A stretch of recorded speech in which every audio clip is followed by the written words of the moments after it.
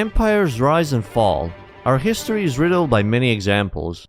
The remains of their achievements are left for those who come after. In modern times, that kind of example is more applicable to entities that would eventually form the corporations. Many companies appearing to either invent new ideas or innovate. This would be no different for video game companies from the 80s. We have many examples of those who rebuild after the big video game crash, and our subject would be one of those examples. Acclaim, as they were known, was a company built on the foundations of great rebuilding efforts from the 80s to the early 2000s, developing and publishing many games from different corners of the world to the US. The company was built by 3 colleagues, all of which were former Activision employees, and their naming scheme is actually kinda interesting to say the least. With many publishing companies at the time being formed by former members of Atari, they hatched this strategy to put their company name first alphabetically. So there was Atari, then the former employees end up creating Activision, and from there the other 2 offshoots would build Acclaim and Acclaim, just so their name effectively blocks their former employer's name. Being a mainly racing game content creator, what attracted me into Acclaim's immense library was the amount of racing games they had developed and published, with some of them garnering some level of acclaim as some great legendary racers. One of their earliest releases was this: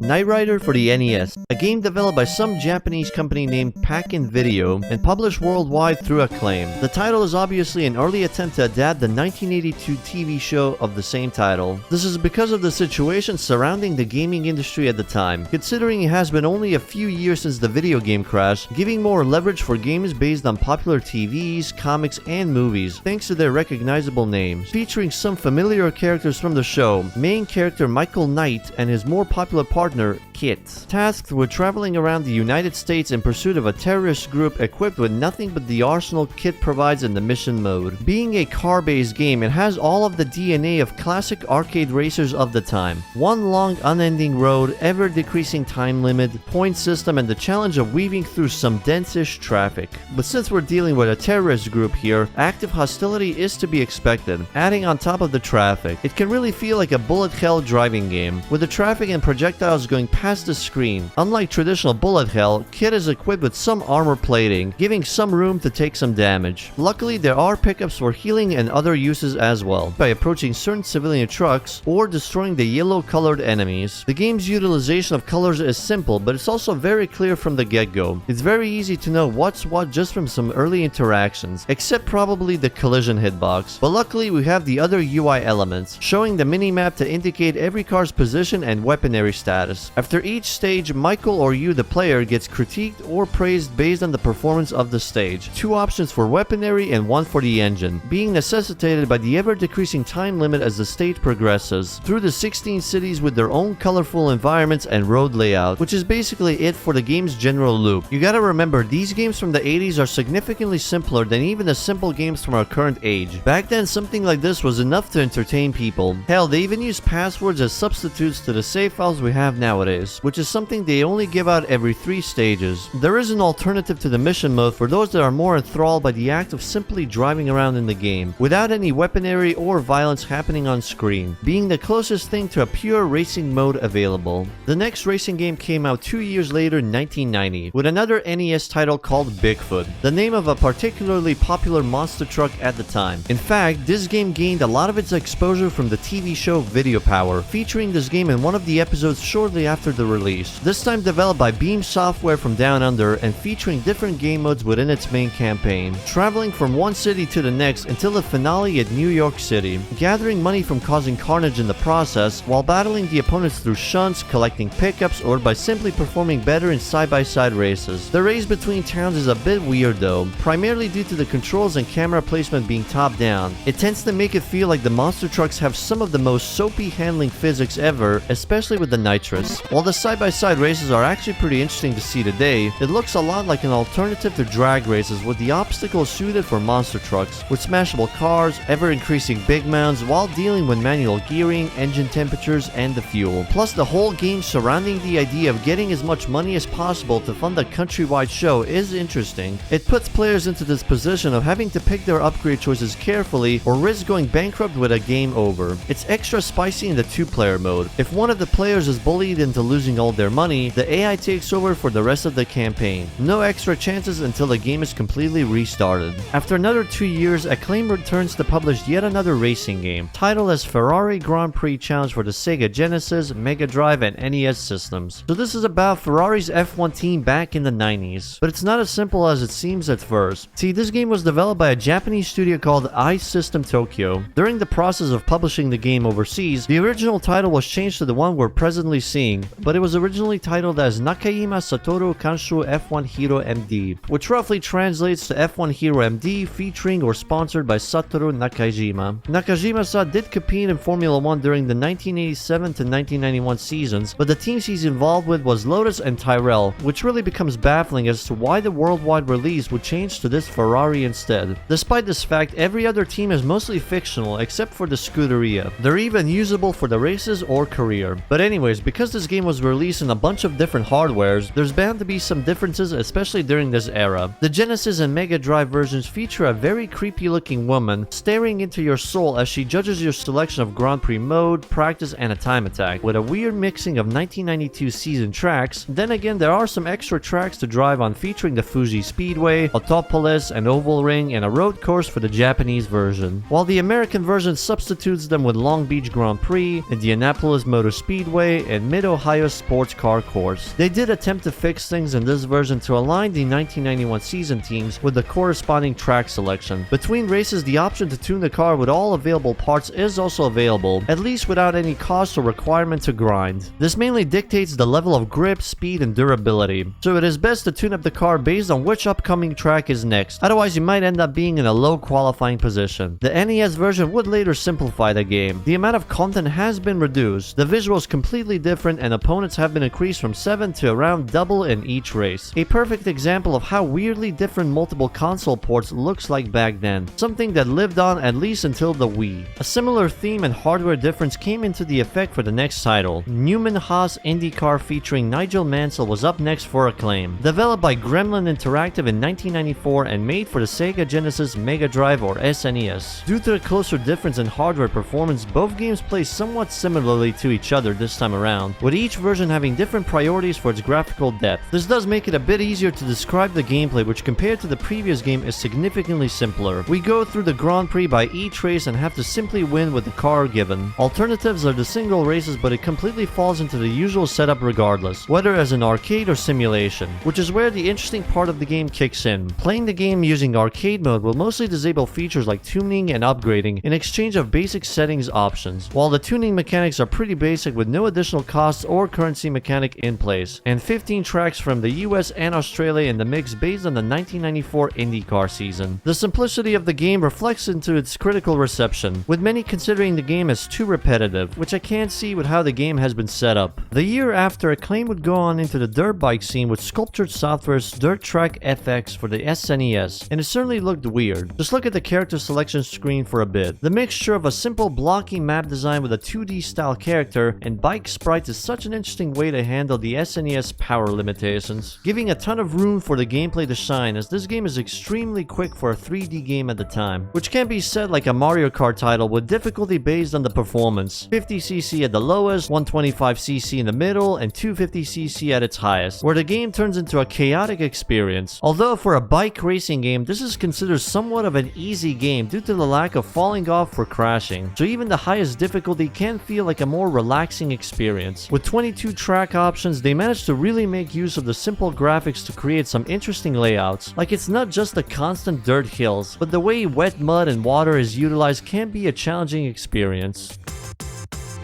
But now we're starting to reach the entry point for Acclaim's golden era with Extreme G by Probe Entertainment. The release of the N64 brought an era of better looking 3D games thanks to its significantly higher performance, and it really shows how much has been improved here, just from the track designs that can really go to some insane degrees. We're talking lots of loops, drops, and climbs that really emphasizes the extreme in its name. We haven't even gotten to the gameplay yet, which is equally extreme in its own right. The overall gameplay is effectively an anti-gravity racer but with bikes. By default, each bike is equipped with a shield, a default gun, and 3 non-replenishing nitrous. Pickups scattered all over the tracks to equip frontal and backwards missiles, cannon volleys, mines, electric gates, and everything else defined, or to replenish shields after some intense combat and ammo for the default gun every lap start. This is all on top of the stats each bike possesses, dictating their acceleration, top speed, shields, and turning capability, becoming a pivotal consideration for its 12 tracks separated into 4 different themed areas. We have the canyons, industrial factories, urban cities, and a bunch of terraformed cave sites.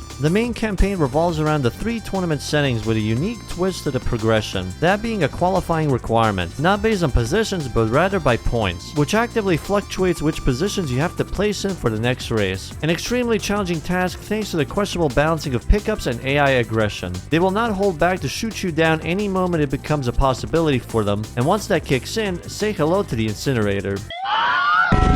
If by any chance you're able to overcome all the challenges, then what awaits you is a very unique way of unlocking content from that very old retro era. Beyond the Extreme League, there's some single-player alternatives to dabble in.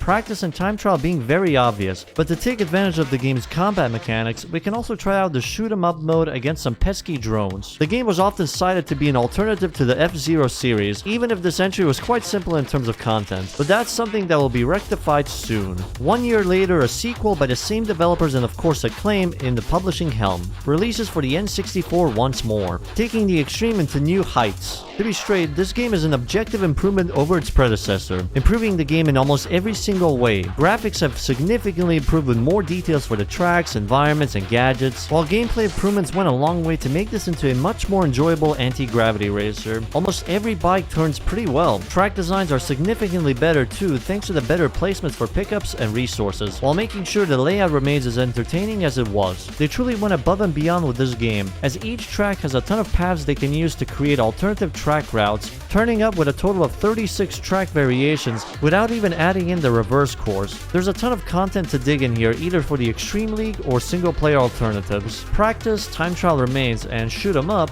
it's been renamed as arcade mode. The drones finally learned how to retaliate and pickups are limited per wave. Other improvements come from some quality of life options, like the new camera that helps track any weapons going backwards, a change with guns to effectively make gun spam happen way less often by the opponents, while giving players the option between rapid firing or charge shooting, and a voiceover to actually tell what gadget gets picked up. All of them contribute to a significantly smoother experience with the game, and culminates into the game's newest feature once we get to over 700 GPH.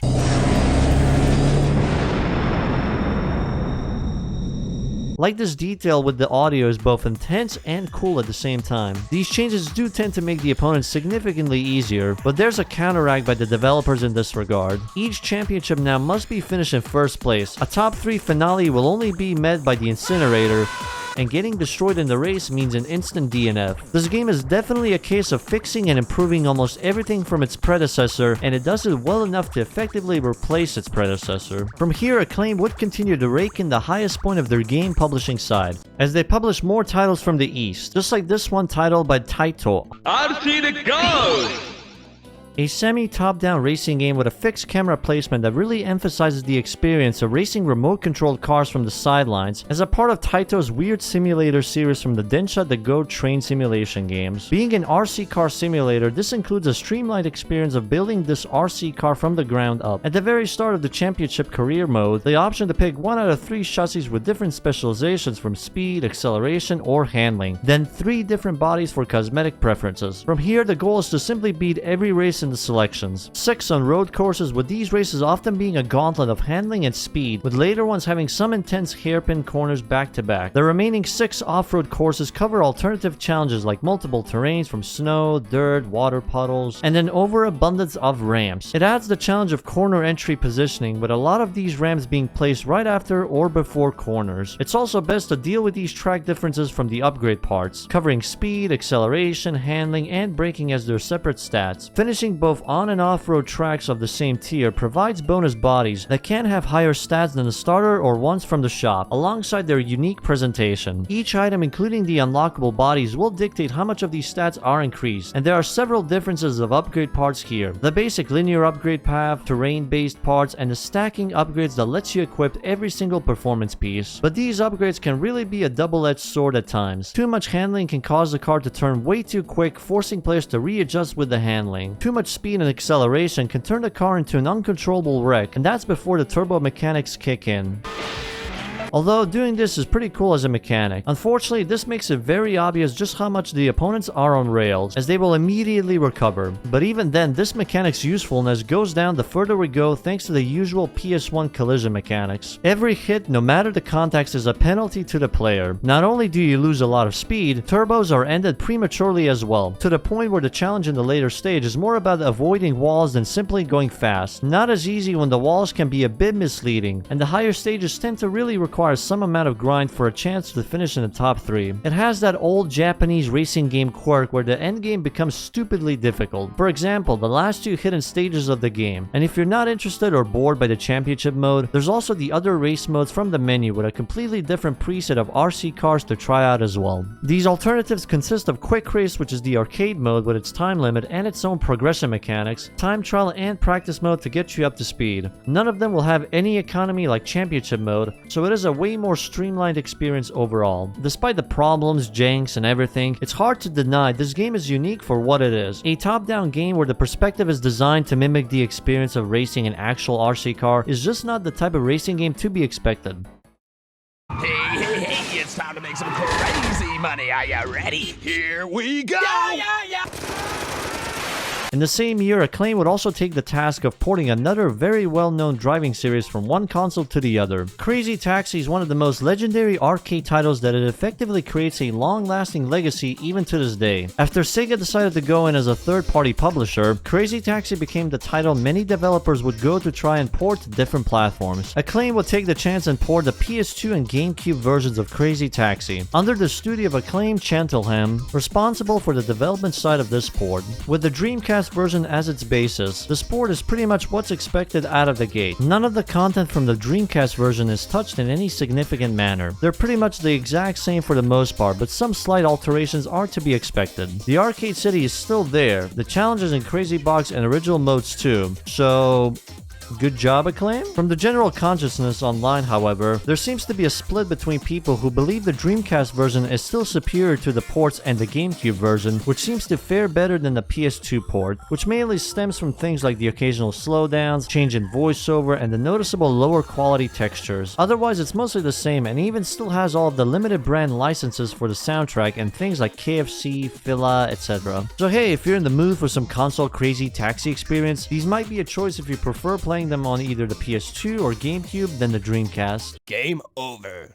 Crazy Taxi is only the beginning of the partnership between Acclaim and Sega, and it wouldn't be the only one to happen in the same year, as their next racing project would involve multiple big names attached to them, with the arcade title F355 Challenge Passione Rossa, a title that was initially an arcade game about that specific car. Console ports were given to the game, which adds new content and features, but only for 2 specific consoles. The PS2 version was published by Sega and Sony, but the Dreamcast version is where Acclaim's involvement comes in. With that in mind, we'll take a look at the Dreamcast version. Gameplay-wise, the Dreamcast version is missing some content, but the core of the game is mostly similar. There's the arcade, championship, and single races, each with their own rules to differentiate, with arcade being the classic experience of racing against the opponents and time, championship which puts us on a back-to-back races without any time limit, and single races being the most simple. The console versions also get an extra benefit from having extra tracks to drive on top of the arcade ones. All these circuits can be unlocked by either finishing in certain positions in a certain race or championship, or by entering a password in this menu. As the title suggests, the only drivable cars here is the Ferrari F355. Instead of having currencies to upgrade, the performance are mainly dictated by tuning and toggling the different supports. So I suppose even in the console version, the game is abundantly loyal to the original arcade version. Even the cosmetics here are mainly colors and driver numbers with the liveries attached to them. This does make it so that the only thing separating you and total victory is pure skill, especially since the game, despite being designed as an arcade racer, has the physics of a simcade. We'll cover the other Sega and Acclaim collaborations later, but for now let's get to one of their most recognizable IPs for a bit. Revolt is often cited as a cult classic from Acclaim's side of the pond. Developed by Acclaim London for several mediums, racing around the small-sized neighborhood as an RC car with all the kart racer item mechanics to effectively alter the tide in each race. The progression is quite simple. In fact, they provide a complete list of things to beat in the game, covering all 13 tracks in single races including every variant of them, between mirrored, reverse, both, or a star collecting mode. The 4 championships to unlock new cars, and the aforementioned tracks, and a stunt map to really make use of the somewhat bizarre RC car physics with its own version of star collections. That does lead to the very open physics and handling options. There's only 4 of them, and they determine things like the speed settings and how the collisions would affect the cars. Although to be fair, it was hard to notice any significant changes between them. For a somewhat better difficulty setting, if we look around the menu options, we can basically find the option to change how many racers are on track, total number of laps in single races, and pick the correct unit of measurement. Enabling or disabling pickups is also an option here to remove one RNG factor from the races, which I wouldn't really blame people for turning off, as they have the issues with most kart racers of an unbalanced roster. Like, some items would still hit you even if you're in last place, which shouldn't have been possible. Specific item lock-ons are pretty janky because of the physics-based movements, and certain items will also lock down a narrow road into a lose-lose situation. Something I would also drop is a criticism for the track design. Visually, they are interesting due to their adherence to following this idea that all tracks must look and feel like a track that an actual remote-controlled car can go through. Like the suburban area track, which may look like a bizarre 8-figure layout, the toy-based track with the building blocks to create obstacles, the gardens, museum, supermarket area, and what seems to be a toy recreation of the Titanic.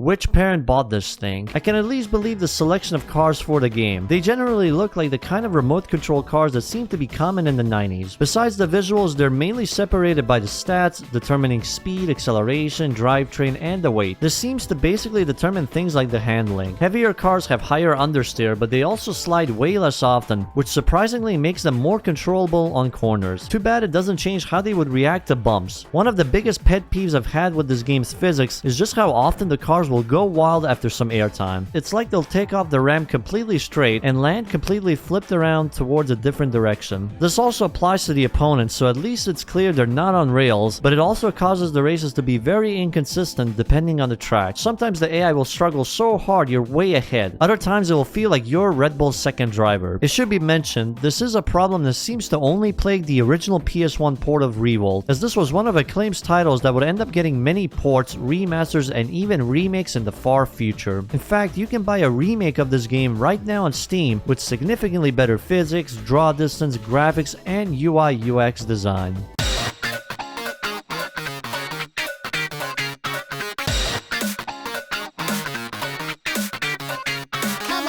And now we're at number 4 for Acclaim's racing game in the year 1999, with some more left to get into. Back to the futuristic settings of hoverboard racing, styling on every single poor guy in our path along the way with Trickstyle by Criterion. While Acclaim takes the position as a full publisher for both the Dreamcast and PC versions, as far as I know, they don't seem to have much in terms of differences. The core of the game on its own is also pretty simple. You pick one character in the selection, each with different speciality and stats, then simply stunt away. No currencies or multiple hoverboards to muddy the gameplay loop. From here on, it's just you, the physics, and the option of a practice course. It's cool they will teach about each button mechanic in this game, featuring a younger looking Wolverine as our coach. There are multiple for the different occasions, and they can be comboed with one another to get specific effects, like jumping and doing a 360 spin to increase airtime. Going flat out on the board makes you go faster and helps with grinding the rails. Sometimes, it can be inconsistent at times. Unfortunately, the lack of consistency is spread throughout the whole game because of several choices made for the execution. One of them for having throttle control as one of the defining mechanics for turning, but because of how the hoverboard reacts to elevation, this often causes the physics to behave erratically, making a lot of parts of the game feel uncontrollable, which really takes away the magic of the game. Mixed with how intense the opponents are in races, it gets really frustrating. This is very noticeable with the challenges with both a time limit and having to beat the coach to unlock the regions, and the races forcing a first place finish to even unlock more tracks from each region.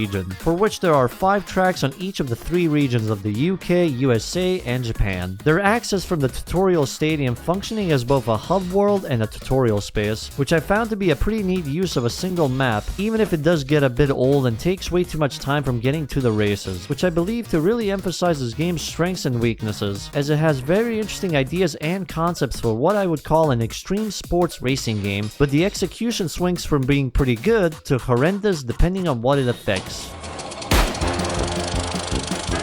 From the far future, we travel way back to the opposite end with Spirit of Speed 1937. With its bizarre history, the game developed by Broadsword Interactive was initially only released in the UK for PC, with Hasbro publishing before finally going worldwide with a Dreamcast port by Acclaim. And this would result in the game getting some venom by critics for its extremely poor load times, weak graphics, coarse designs, and controls, which are mostly correct unfortunately. The game at its best is quite boring. You race around the 9 tracks from historical circuits in Libya, France, Germany, United States, England, and Italy, in 15 different classic race cars by Alfa Romeo, Bugatti, Mercedes-Benz, Duesenberg, and more unique selections like the Napier Railton, each with their differing stats and mostly similar handling. These cars are grippy enough when turning, but there is this specific threshold that feels random, where the car starts skidding and will immediately slide, causing a crash into the barriers and a couple more spins guaranteed. After that, it's mainly about recovering the lost position, but that's easier said than done thanks to the AI being very solid. This is spread throughout the different modes from single races, with car and track selection included, championship season with only a car selection, and the scenario mode locking both car and track choices based on the preset settings, taking us through historical racing moments from the era. There are many ways to make racing in this era feel exciting. Unfortunately, this game is not one of them. Good examples of this like with the race mission in Mafia 1, a race that is bolstered by the story surrounding the event.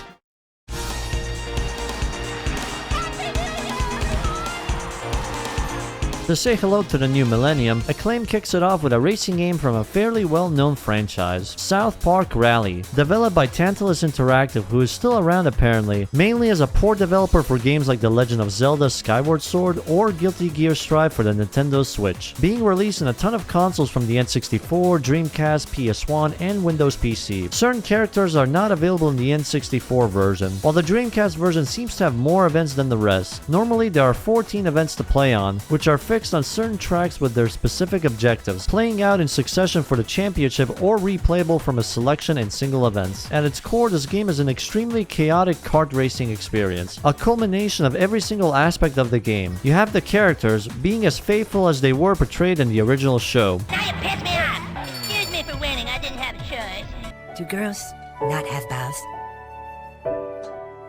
The pickups, which are surely going to get some eyeballs out of a certain crowd, although it is done very open here with 3 item slots and the ability to alternate between them, or cause some advanced hair loss when they affect the cars physically alongside the track hazards, most of which are quite lethal to progression and for most event types. On that note, the map design is easily the most interesting bit of the game, mostly being designed like an arena layout rather than a linear racetrack. Mixed with the flexible checkpoint system, it really makes for one hell of a race experience even with the vanilla racing events. But when the more special type of events kick in, you really feel just how important this design is. For example, the races that require us to carry a limited item for the checkpoint to count, turning a simple race into a very chaotic battle, before eventually turning into an intense cat and mouse situation in the middle of a race. The more combat focused events being way too dependent on RNG, with either item spawn locations and enemy placements, and the item collection one being even more frustrating thanks to the random chaotic moments, especially in the championship mode with limited restarts, and if you ever run out, then tough luck, start over again. It's really annoying when this mode is the only way to unlock the other characters. There are 35 of them based on the first and second season of the TV show, with the original voice actors reprising their roles. If there's one absolute strength from this game, it would be this. Considering this is like the 3rd South Park game handled by Acclaim by this point, it kinda makes sense. This game would be a treat to fans of the South Park series at the time, at least until they get to the more frustrating part of the game.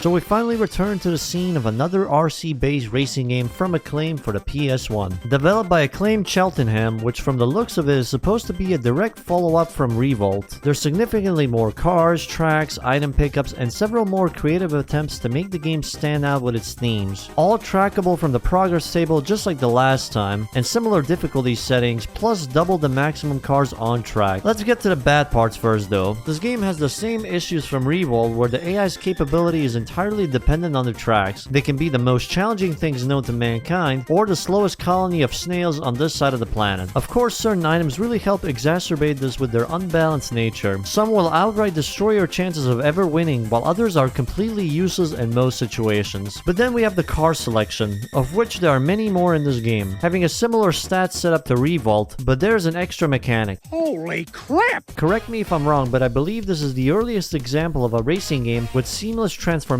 mechanics built into the design of the races. It's only limited to either the regular land-based vehicles or boats, which I personally believe to be better off to not include a plane or aerial control. That could easily overcomplicate things, and this game is certainly already struggling in some aspects. Luckily, the track design is at its most creative in this game. Instead of simply based on the usual sceneries most kids would see in their daily lives, the tracks this time around are inspired by a mix of theme parks based on ideas, references, and concepts of certain pop cultures of the time. So we know they at least would have interesting visuals, but that's not all. The track design goes above and beyond with a ton of mechanics to add in things like mixing both land and sea races, allowing players to choose which track to tackle while still being able to affect each lane with certain power-ups. It does create a bit of a problem when it's obvious which path is faster or easier to traverse. The same goes for the shortcuts scattered throughout the maps, becoming more important when knowing the AI opponents can take these paths to get some significant advantage. Getting to the point where learning where a shortcut is located becomes mandatory, until the trap shortcuts come into play. These are the shortcuts that will take way too much effort to get through or will put you in reverse, putting another needle as they also change the victory condition from being in top 3 to being in first for it to count. On the cool side, this game really makes use of the whole reverse track gimmick by making them let players access paths that were originally blocked in the default setup. It's such an ingenious way to really make the excuse of adding a reverse track as its own separate thing. It goes beyond simply to just inflate content quantity. That's on top of the existing extra layouts, adding more routes that lead to completely different areas. Although some layouts may need a bit of work, they're often confusing, especially the haunted house maps on the first try, and track pacing kinda goes off the rails in certain tracks. But overall, this game is a definitive improvement over Revolt in a lot of ways, which seems to be the track record with Acclaim's titles, whether published or developed so far. The first game lays the groundwork and the sequel polishes things up significantly.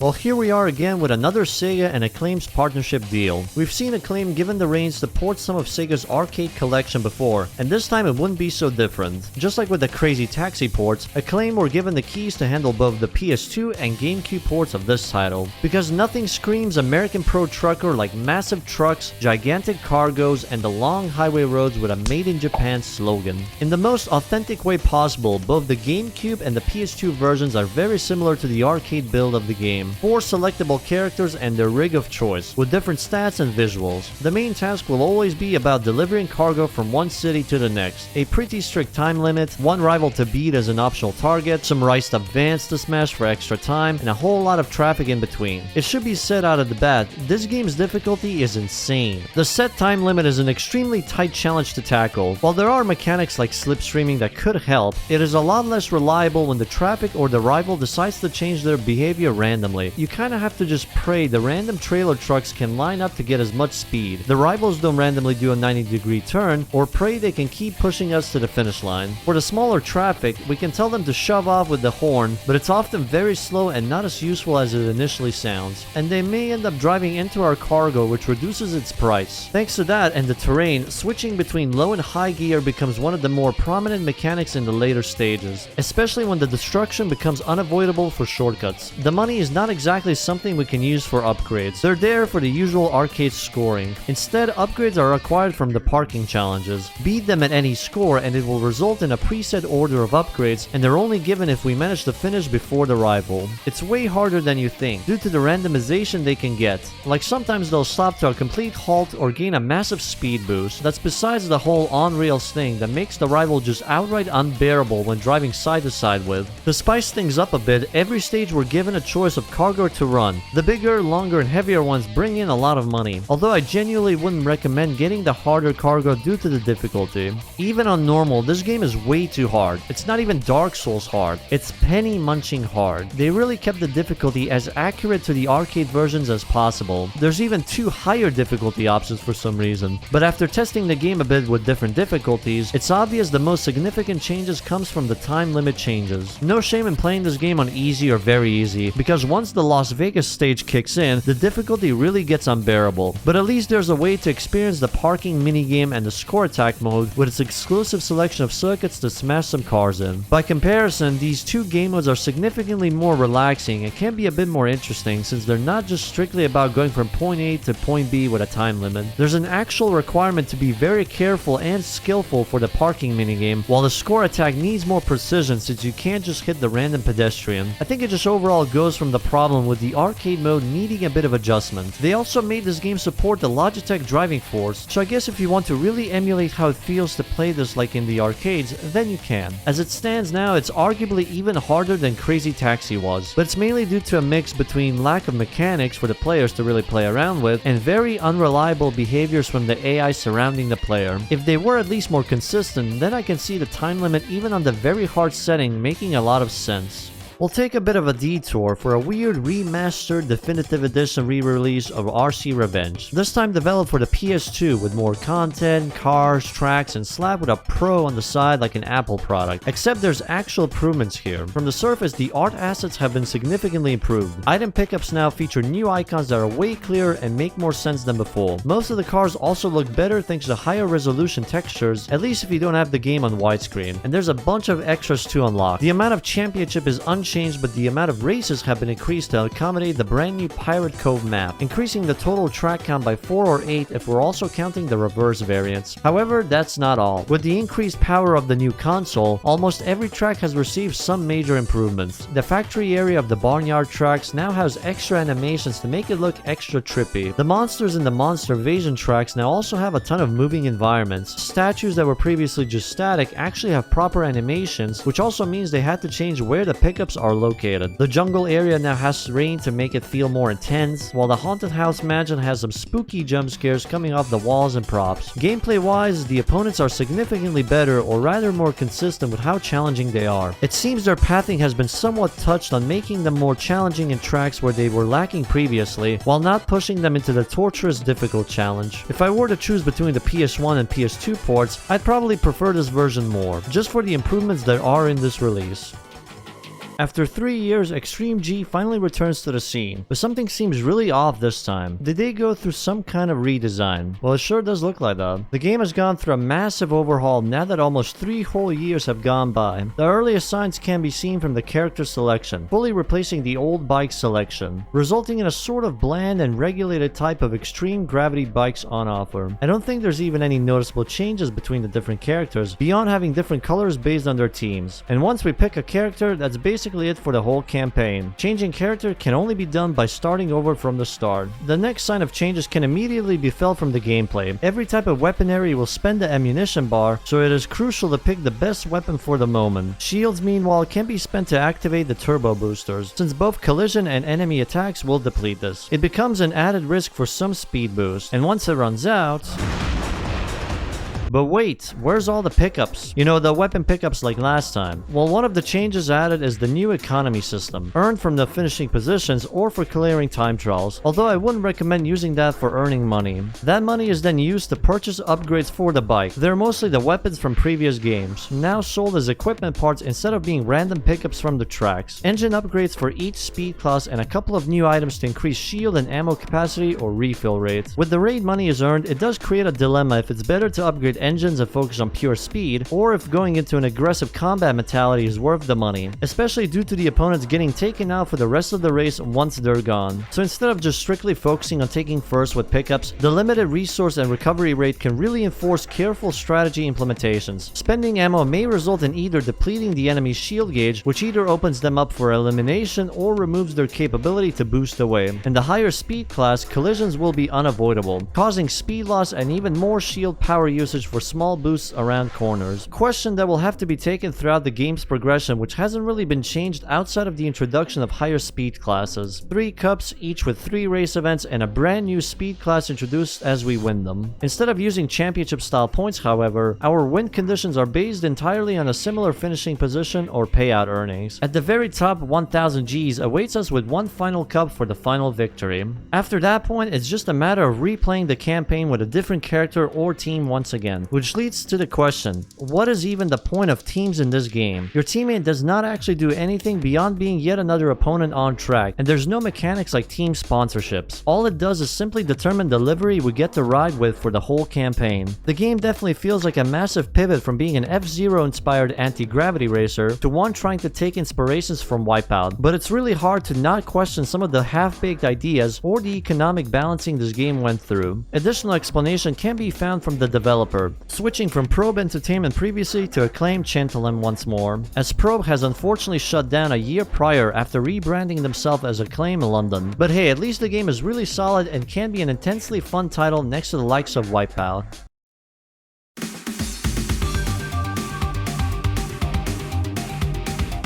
Now, Acclaim and Broadsword Interactive are back with Paris Dakar Rally, an extremely questionable and seemingly half-hearted attempt at off-road rally racing. Similar to real life, the game's arcade and campaign modes split the route up into 12 stages. To tackle the route, there are 26 different vehicles in 4 different classes originating from 10 different manufacturers. Thus, the game sports 4x4s, motorbikes, buggies, and quads from such leading manufacturers as Mitsubishi, Toyota, BMW, and KTM. For fine-tuning, you can even adjust the several settings, including suspension stiffness, shock absorption, ride height, gearbox, and tire pressure. However, once you get into a race, the game shows its true colors.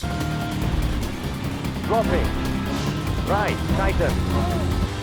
Bouncy, floating, and just some generally bizarre physics. Cars drive like trucks from big rigs. Buggies and quad bikes will oversteer and spin out most of the time. In fact, motorbikes are way better at almost everything. This lack of realism extends to the track as well. Even if you do find something bumpy to hit, the littlest rock or dirt pile can send your vehicle flying. Fortunately, however, you get a limited number of repairs that you can trigger at any time. Ultimately, this combines with the random moments of crashes and spinouts to make for a remarkably frustrating experience. To make matters worse, this stupidly huge Paris Dakar logo remains on screen during the entire race, regardless of which camera angle you select. Surprisingly, in light of all this, the game's vehicle models are actually somewhat crisp and complex. It's a bit like with the Spirit of Speed, where most of the competence can be seen from the car models, while everything else suffers as a result. And at this point, it's a 2 out of 2 for Broadsword Interactive. Maybe third time's the charm for them if they actually get the chance for it.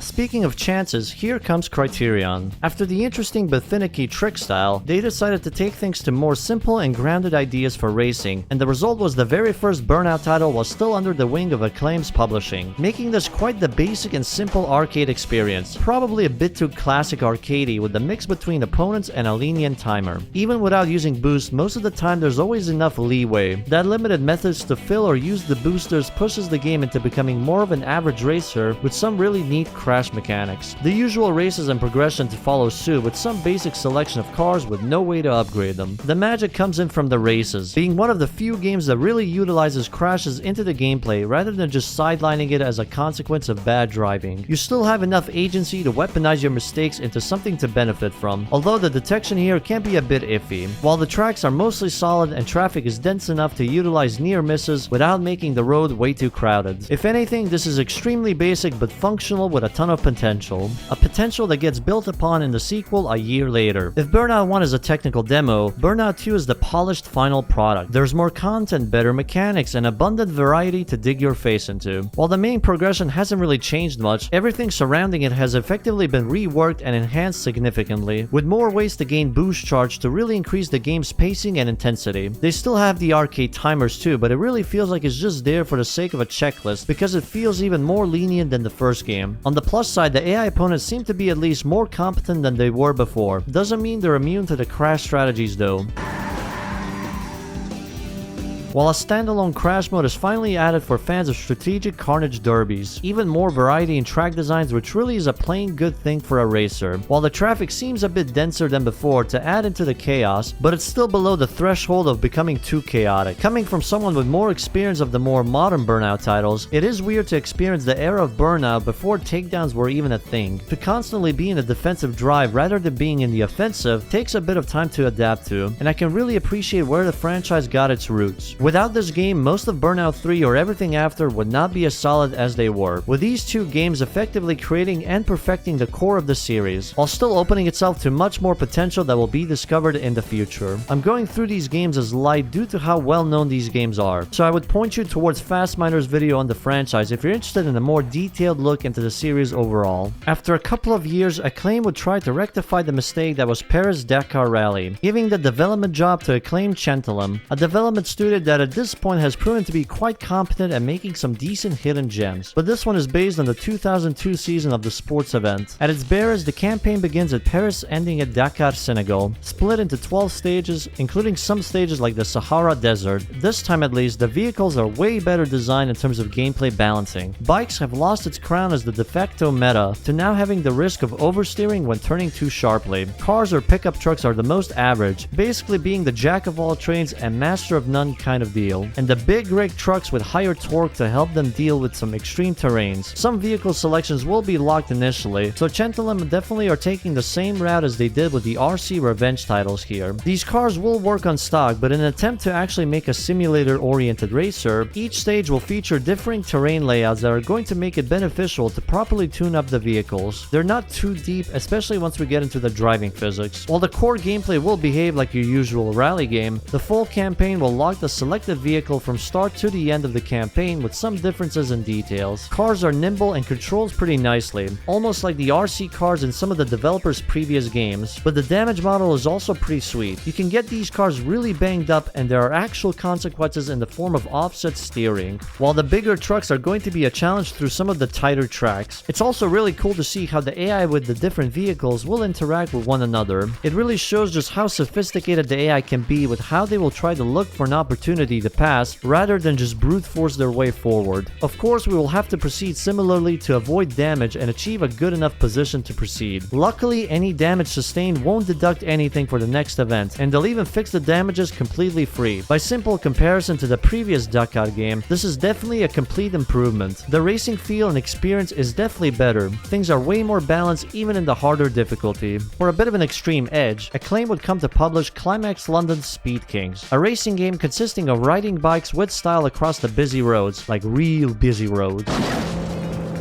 containing a bunch of different mechanics that will be taught in the license tests, covering some very basic gameplay mechanics like start boost, wheelies, or stoppies, to some unique and obscure mechanics like slamming to the sides of traffic cars, skidding to go under trucks, and performing tricks, if the game would ever tell you the button, that is. And unfortunately, the license tests also don't specify the buttons either, jarring for a tutorial section. Even more so when there's a bunch of trick combinations, but the game will only teach 2 of them through this license test. To be fair, none of the tricks are necessary for the most basic gameplay experience. Every single thing that can increase points will fill the power band meter for a spontaneous burst of speed. Once we get good, the thing to do are mainly some single player race events. There's the basic single races and time attacks. Meet stringing 3 races together with score requirements to unlock the next one. Trick attack, that one is self-explanatory. And Grand Prix, locked behind having some best lap records. All that tutorial will come in handy for this, as the races are pretty intense, thanks to a mixture of heavy traffic, nitrous, constantly shifting obstacles, as each one can come out of nowhere in an instant. Trucks coming out of intersections at high speeds, trains coming in without their cargo. We haven't even covered the additional respect goals, requiring trick executions that can be easily missed throughout the race for respect. They don't really explain it, but respect goals are attached to the tracks, so you can always attempt them in the single races instead of meets and Grand Prix. But this is also where you have to really play around with tricks, since a lot of their requirements are tricks the game never teaches in the tutorial or anywhere else. Racking up respect basically specifically will unlock extra bikes and possibly biker outfits, so they will be necessary to unlock all content. Their goals are usually pretty basic, like doing wheelies, stoppies, and any other tricks for a specific distance in one go,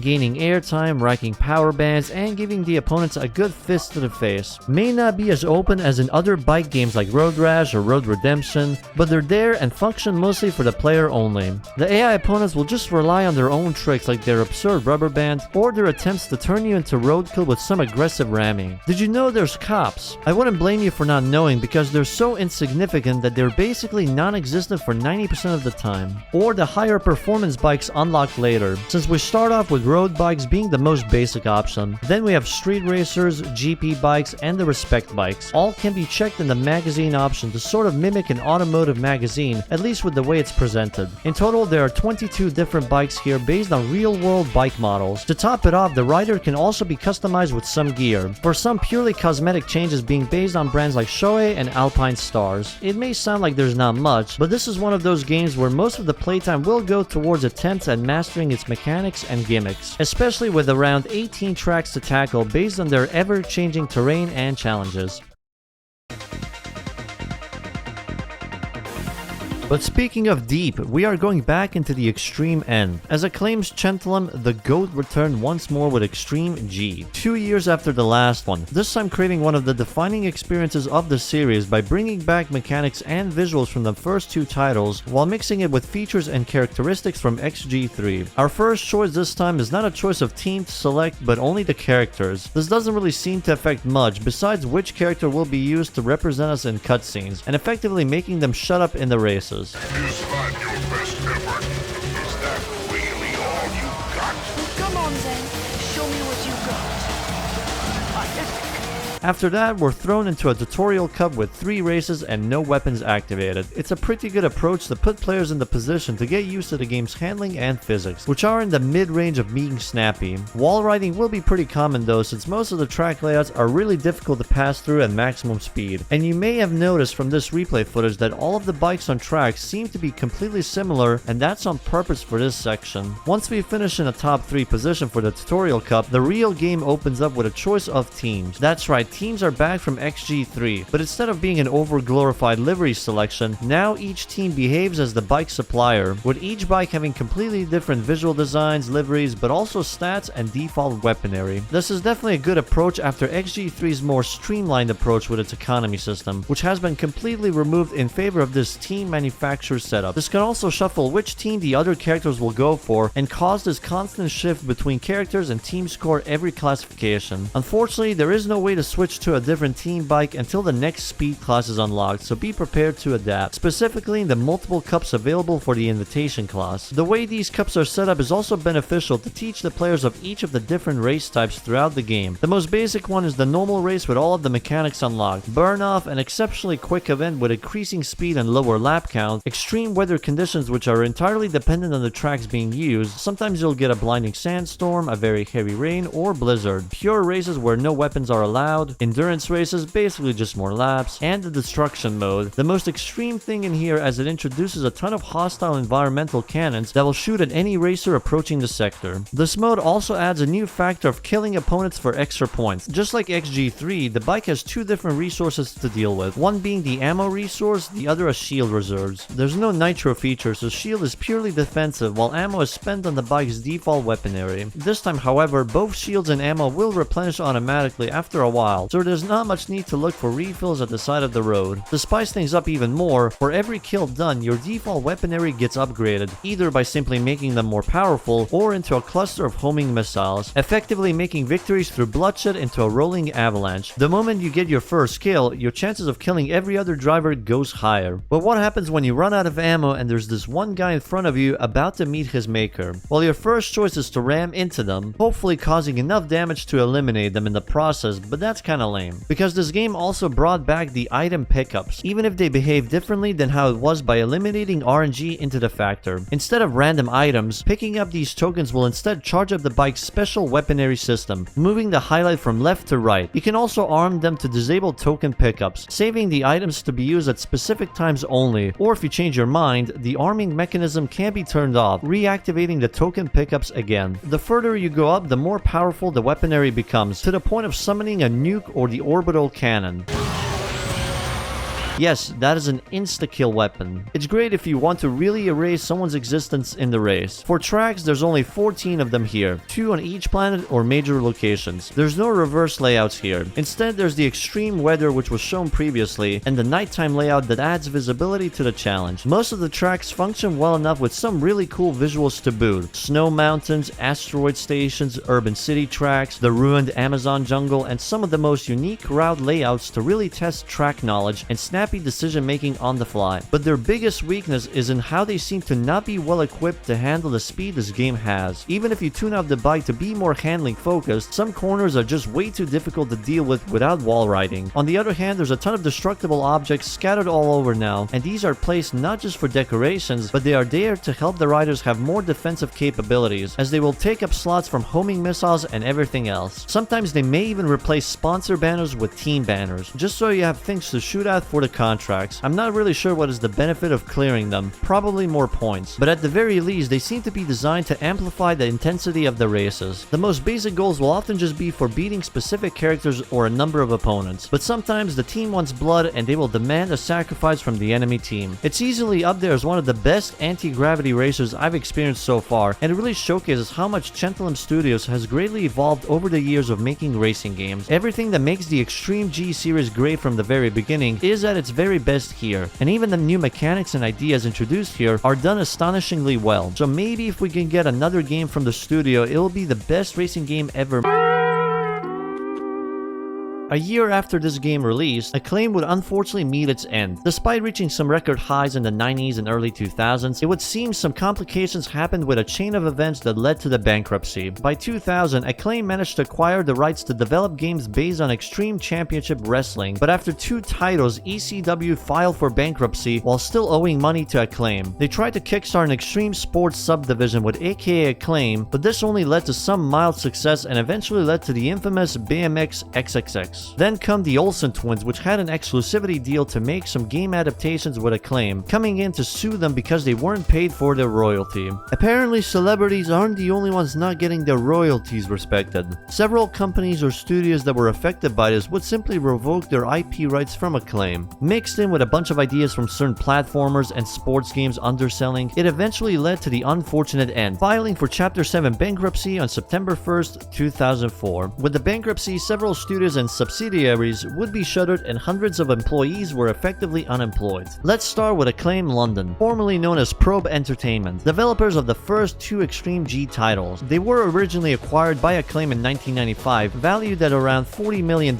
They were later renamed to Acclaim London in 1999, only for the studio to go down less than a year later, so they were already gone before the bankruptcy even happened. The powerhouse of their racing game development, Acclaim Cheltenham was shuttered several months before in May alongside several other studios, leaving a bunch of unfinished games on the table. Sculptured Software, the developer of Dirt Track FX, were acquired at the same year of the game's release for around $30 million, and later rebranded as Acclaim Salt Lake City in 1999. The company was shut down in 2002 for cost-cutting measures. Half of its employees were let go, while the rest were moved to Acclaim Austin to continue development of the Legends of Wrestling series. The other developers covered throughout this video would go through several different journeys of their own, moving on to different publishers such as Broadsword Interactive, continuing on to make some weird low-budget games and ports until 2009. Criterion, who were pretty much approached for the release of Burnout 3 by none other than EA in 2004, before finally getting acquired for around $68 million.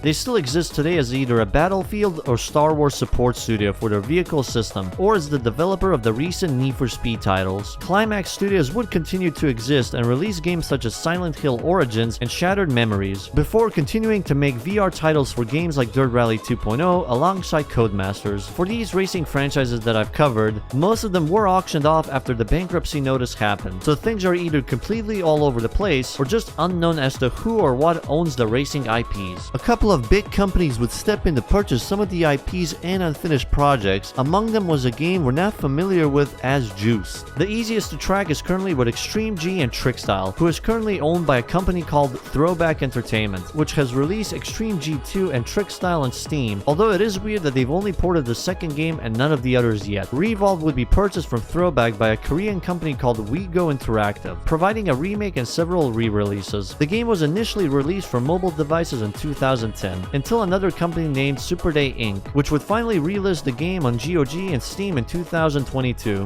RC Revenge and RC The Go would apparently be bundled with this purchase of Revolve, so I guess these Korean guys are just into remote-controlled racing games. The rest are a bit unknown and confusing as to who really owns who, but it's very likely Throwback Entertainment would own the remaining franchises if they haven't been bought by someone else. As far as we know, some of their assets could be owned by Rare, Atlas, or even Disney of all companies. Normally, this is where the tale would end, with the franchises that Acclaim has spawned creating the legacy and memories for the people who had experienced their games. But that's not the case here. As of March 2025, it would seem that Acclaim's name has resurfaced again, this time being led by industry veteran Alex Joseph, attempting to resurrect the classic portfolio while also focusing on supporting independent studios and mid-low budget games, which to be frank is not that much different from what Acclaim was doing in the past anyways. Their successes in the 90s and 2000s were a result of developing and publishing several mid-budget games that wouldn't really see the light of day or have significantly limited reach without their support. And if Acclaim would return today as a company that works like, say, Devolver Digital or 505 Games, mainly focusing on publishing indie studios, then honestly this might be a good return to form for the company. But for now, we'll have to see what happens if anything actually comes out of this in the future. Either way, thank you for listening to this hour-long rambling, but let me know what you think or if there are more studios that would better fit this kind of format for a future project, and I'll see you in the next video.